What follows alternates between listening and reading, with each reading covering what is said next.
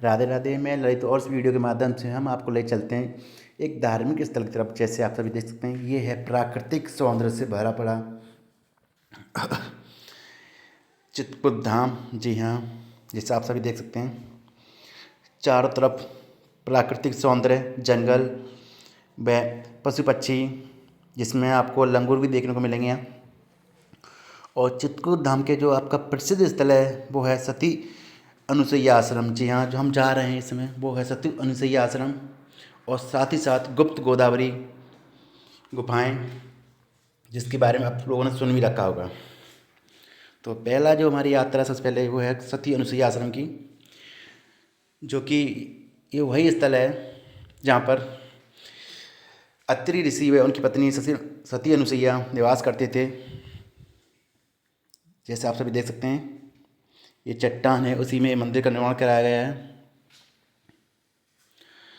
और इसके जस्ट सामने ही मंदाकिनी नदी है, जिसका उद्गम स्थल ये सती अनुसुईया आश्रम ही माना जाता है, जो कि चित्रकूट के ही राजापुर ग्राम में जाकर यमुना जी से मिलती है। जो देखने में एकदम स्वच्छ जलधारा है इसकी, और देखने में ही नहीं, वास्तव में यह स्वच्छ है। तो ये भी प्राकृतिक सौंदर्य से भरी हुई जगह है एक। और जैसे अभी आप सभी देख सकते हैं, हम मंदिर के अंदर प्रवेश कर चुके हैं, जिसमें भगवान श्री राम से संबंधित लीलाओं की झांकियों का प्रदर्शन किया गया है। मूर्तियों के माध्यम से बखूबी दिखाया गया है किस प्रकार से उनके जीवन का जो वनवास रहा था, वो जीवन में जो अन्य लीलाएं हुई थी उनको यहाँ दर्शाया गया है। वो आप इन झांकियों के माध्यम से देख सकते हैं। भगवान श्री राम के अलावा यहाँ पर अत्रि ऋषि व माता अनुसुईया से संबंधित लीलाओं का भी वर्णन किया गया है। किस प्रकार माता अनुसुईया के तपोबल से यहाँ पर मंदाकिनी नदी का उद्गम हुआ था, वो भी दर्शाया गया है। तो एक बहुत ही अच्छा स्थल है, ये रमणीय स्थल है। धार्मिक व प्राकृतिक लिहाज से सती अनुसुईया के बारे में आपने सुन रखा होगा। माता सती अनुसुईया, जिनके तपोबल की ख्याति, तपस्या की ख्याति दूर दूर तक थी, तीनों लोकों में थी। तो उन्हीं की परीक्षा लेने के लिए भगवान ब्रह्मा विष्णु महेश तीनों आए थे पृथ्वी पर। तो ये वही स्थल है, उनकी परीक्षा ली थी। तो उस समय माता सती अनुसुईया अपने तपोबल से पहचान गई कि ये तीनों जो साधु रूप में आए हैं, ब्रह्मा विष्णु महेश हैं। वह अपनी परीक्षा में पास भी हुई थी, और उसी दौरान इन्होंने अपने तपोबल से ब्रह्मा विष्णु महेश तीनों को बाल रूप में परिवर्तित कर दिया था। जी हाँ, बाल रूप में, क्योंकि उस समय कुछ शर्तें रखी गई थी परीक्षा के समय। तो उस परीक्षा को पूर्ण करने के लिए माता सती अनुसुईया ने तीनों देवों को बाल रूप में परिवर्तित कर दिया था। उधर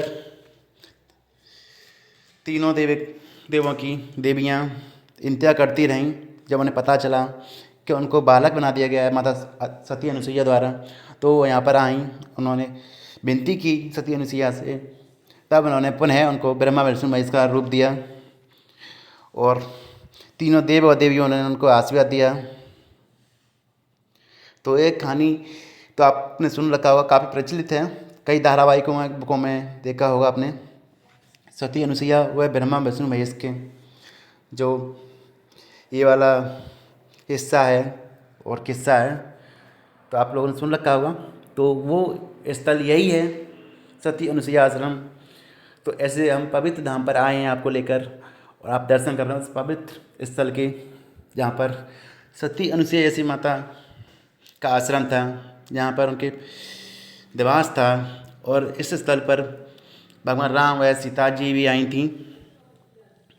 उनकी भी मुलाकात व भेंट हुई थी अत्रि ऋषि और माता अनुसुईया से, जिसके बारे में वर्णन कई किताबों में है, और यहाँ पर मूर्तियों के माध्यम से भी दर्शाया गया है, झांकियों के माध्यम से दर्शाया गया है।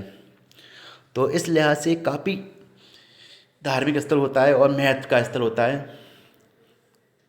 और पास में ही आपको मैंने जैसे बताया मंदाकिनी नदी देखने को मिलेगी, जो बहुत ही स्वच्छ है, जिसकी पारदर्शी जल है और जिसमें अनेकों जीव जंतु हैं, जिसमें सबसे ज़्यादा मछलियाँ हैं। जैसे आप सभी देख सकते हैं, ये मैं पास से था तो छोटी छोटी मछली थी यहाँ पर, बाकी बड़ी मछलियाँ थी वो थोड़ी दूर थी। वहाँ पर लोग दान करते हैं, आटा खिलाते हैं इनको।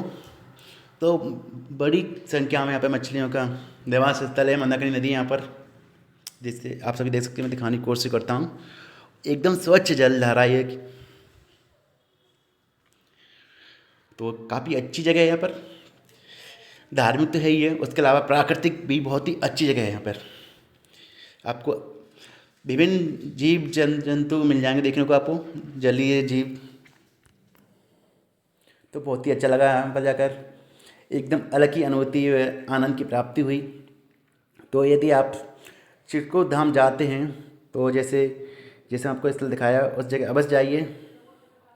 सती अनुसुईया आश्रम, उसके साथ गुप्त गोदावरी।